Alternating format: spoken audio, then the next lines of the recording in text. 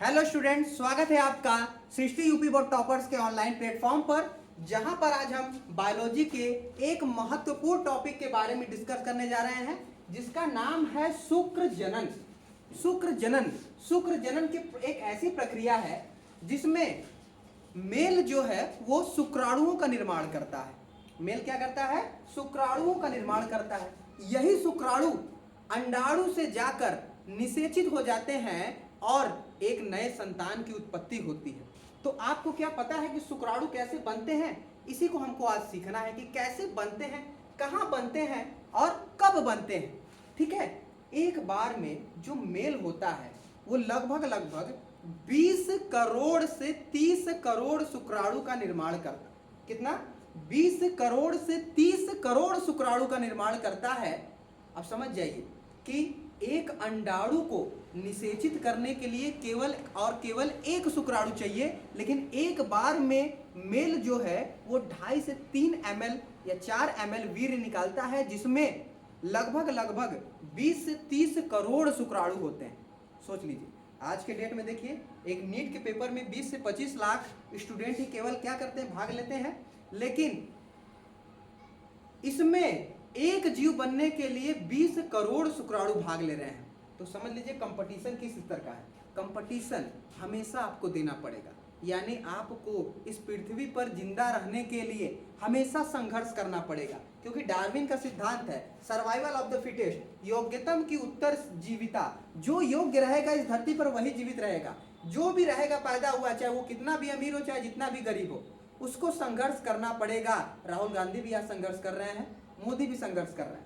किए? मोदी पहले किए, राहुल गांधी बाद में कर रहे हैं। तो संघर्ष तो सबको करना है। उसी तरह कोई जीव को बनने के लिए भी, किसी जीव को बनने के लिए भी संघर्ष करना पड़ता है। लगभग 20 करोड़ लोग से लड़ना पड़ता है, तब जाके एक शुक्राणु फर्टिलाइज करता है अंडाणु को। वो जो बच्चा जन्म लेगा आगे क्लास 1 में संघर्ष करेगा, क्लास 10 में संघर्ष करेगा, क्लास 12 में संघर्ष करेगा, नीट में संघर्ष करेगा, डॉक्टर बनने के लिए कंपटीशन देगा। मतलब हर बार उसको कंपटीशन देना पड़ेगा।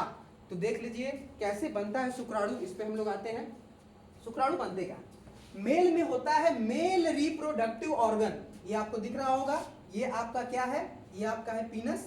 इसी के माध्यम से वजाइनल ट्रैक्ट के अंदर इंसेमिनेशन होता है, यानी कि स्पर्म को स्थानांतरण कराया जाता है पीनस के माध्यम से। यूरिथ्रा ये है, इसी में से सीमेन आता है, इसी में से सीमेन आता है। और बनता कहाँ है शुक्राणु या स्पर्म बनता कहाँ है? तो बनता है इस पार्ट में, इस पार्ट में। इस पार्ट का नाम है आपका वृषण। इसका क्या नाम है?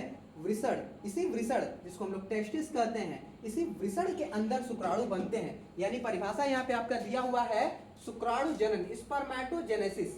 स्पर्मेटोजेनेसिस ऐसी प्रक्रिया है जिसके द्वारा वृषण में शुक्राणु बनते हैं। तो यानी शुक्राणु जनन क्या है? वृषण में शुक्राणु बनने की प्रक्रिया को, वृषण में शुक्राणु बनने की प्रक्रिया को हम लोग बोलते हैं शुक्राणु जनन। देखिए कैसे बनता है, कहाँ बनता है। अगर वृषण को हम लोग ऐसे काटे, टीएस काटे, इसका ट्रांसफर सेक्शन काटे, ठीक है, तो देखिए क्या होता है।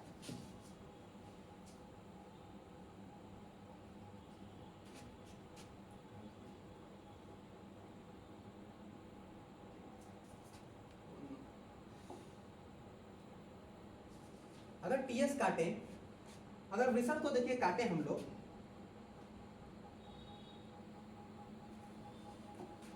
वृषण को अगर हम लोग काटें तो ऐसी संरचना आती है। अगर हम लोग इसको बना के ड्रॉ करके देखें तो देखिए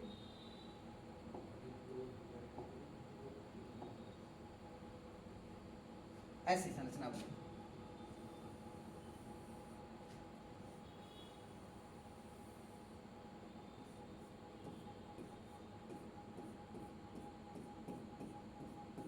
ये वृषण को हम लोग काट रहे हैं, काटे देख लीजिए।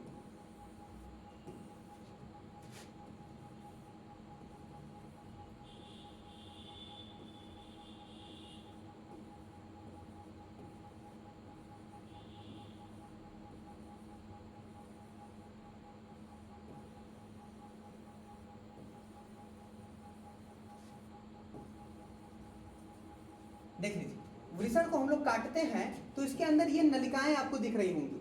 ये है वो नलिका, ये है वो नलिका। इस नलिका का नाम है शुक्रजन नलिका। इस नलिका का नाम है शुक्रजन नलिका। इसी शुक्रजन नलिका के अंदर ही शुक्राणु बनते हैं, यानी वृषण के अंदर ऐसे बहुत सारे पिंडक होते हैं। इस पिंडक के अंदर ऐसी छोटी छोटी नलिकाएं होती हैं। इन नलिकाओं को हम लोग शुक्रजन नलिका या सेमिनिफेरस ट्यूब्यूल, सेमिनिफेरस ट्यूब्यूल कहते हैं, ट्यूब्यूल कहते हैं। इसी सेमिनिफेरस ट्यूब्यूल के अंदर शुक्राणु बनते हैं। कैसे बनते हैं? अगर इस सेमिनिफेरस ट्यूब्यूल को ऐसे कट करें तो ऐसी संरचना आएगी आपका। इस सेमिनिफेरस ट्यूब्यूल को ऐसे कट करते हैं तो ऐसे गोला सा कट किए। देखिए अब इस नलिका के अंदर है क्या? इस नलिका के अंदर ऐसे गोले गोले बहुत सारे सेल्स होते हैं। ऐसी लंबी लंबी सेल्स भी होती है, ऐसी गोली गोली भी सेल्स होती है, फिर ऐसी लंबी सेल्स है, फिर ऐसी गोली गोली सेल्स है, फिर इसके अंदर ऐसी लंबी लंबी सेल्स है। तो ये जो छोटी छोटी गोली गोली सेल है इसको हम लोग बोलते हैं स्पर्मेटोगोनिया। इसको हम लोग बोलते हैं स्पर्मेटोगोनिया, शुक्रजन कोशिका, हिंदी में बोलते हैं शुक्रजन कोशिका। इसी स्पर्मेटोगोनिया में डिवीजन होता है, विभाजन होता है, तो बनता है आपका शुक्राणु। तो बनता है आपका शुक्राणु। देखिए कैसे बनता है, उसके लिए हम लोग आगे बढ़ते हैं। तो समझ में आ गया ना कहाँ बनता है? यानी वृषण को ऐसे कट करेंगे तो कट करने पे ये देख रहे हैं आप लोग स्ट्रक्चर, अंदर का संरचना है। इस अंदर की संरचना में ऐसी छोटे छोटे पिंडक हैं, कोठरी है। इसी पिंडक के अंदर ऐसी नलिकाएं हैं। इन नलिकाओं को हम लोग बोलते हैं शुक्रजन नलिका। उस शुक्रजन नलिका को काटेंगे तो ऐसे दो टाइप्स की कोशिका आती है। ये जो गोला गोला कोशिका है इसको बोलते हैं स्पर्मेटोगोनिया, और ये जो लंबी लंबी कोशिका है इसको बोलते हैं सर्टोली कोशिका। ठीक है, सर्टोली सेल। यानी कि इसी स्पर्मेटोगोनिया में ही डिवीजन होता है तो शुक्राणु बनता है। आगे चलते हैं हम लोग।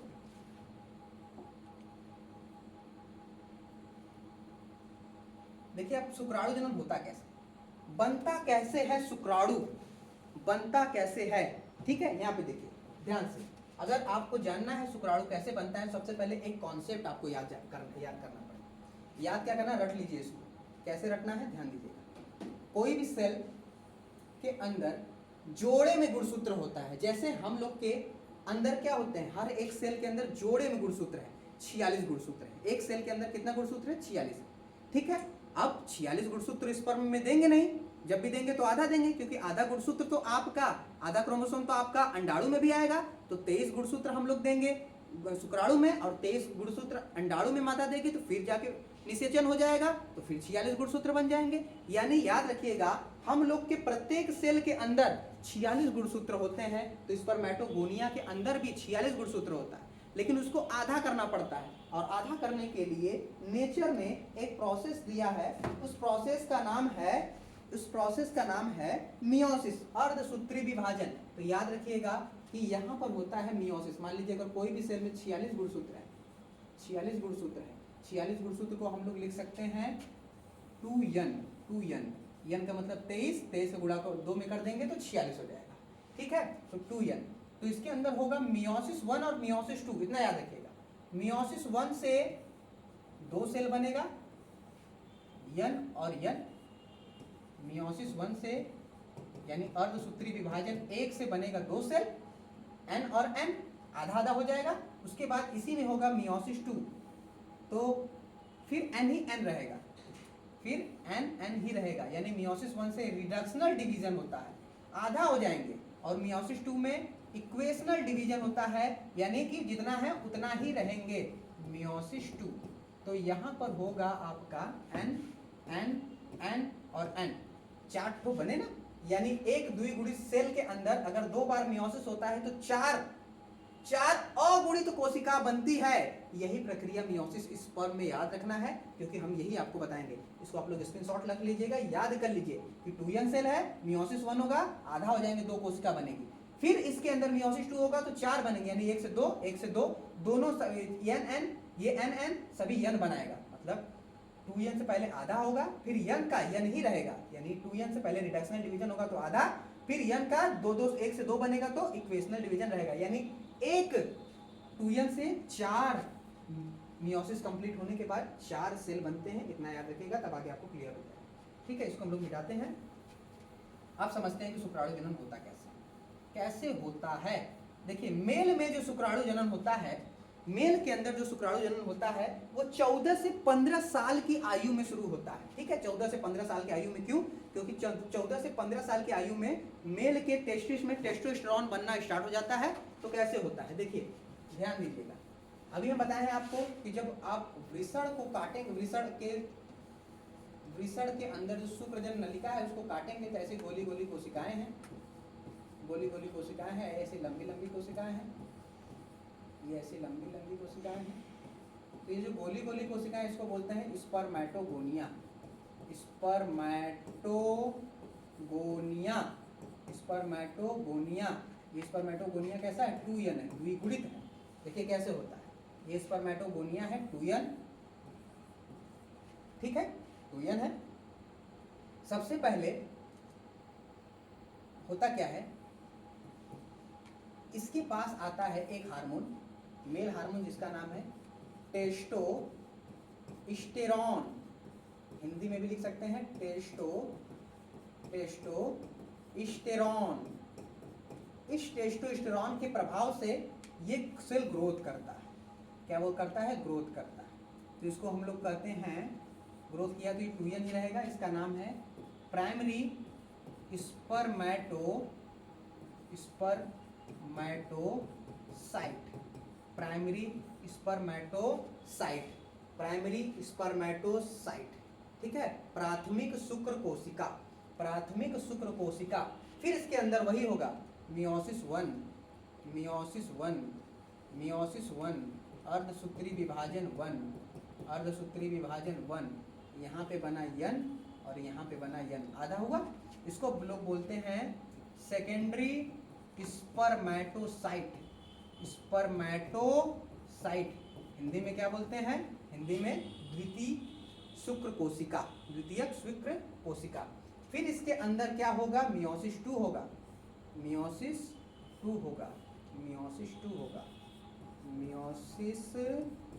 अर्धसूत्री विभाजन 2। तो बताया ना दोनों बराबर आएंगे, n।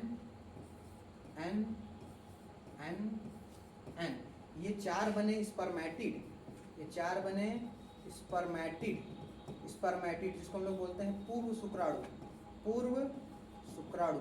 अब यही पूर्व शुक्राणु से शुक्राणु बन जाता है, यानी यही पूर्व शुक्राणु से, अगर इसे पूर्व शुक्राणु को लिया जाए ऐसे n यहाँ पे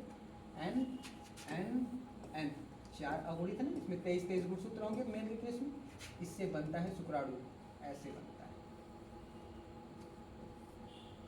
ये बना शुक्राणु, ये बना।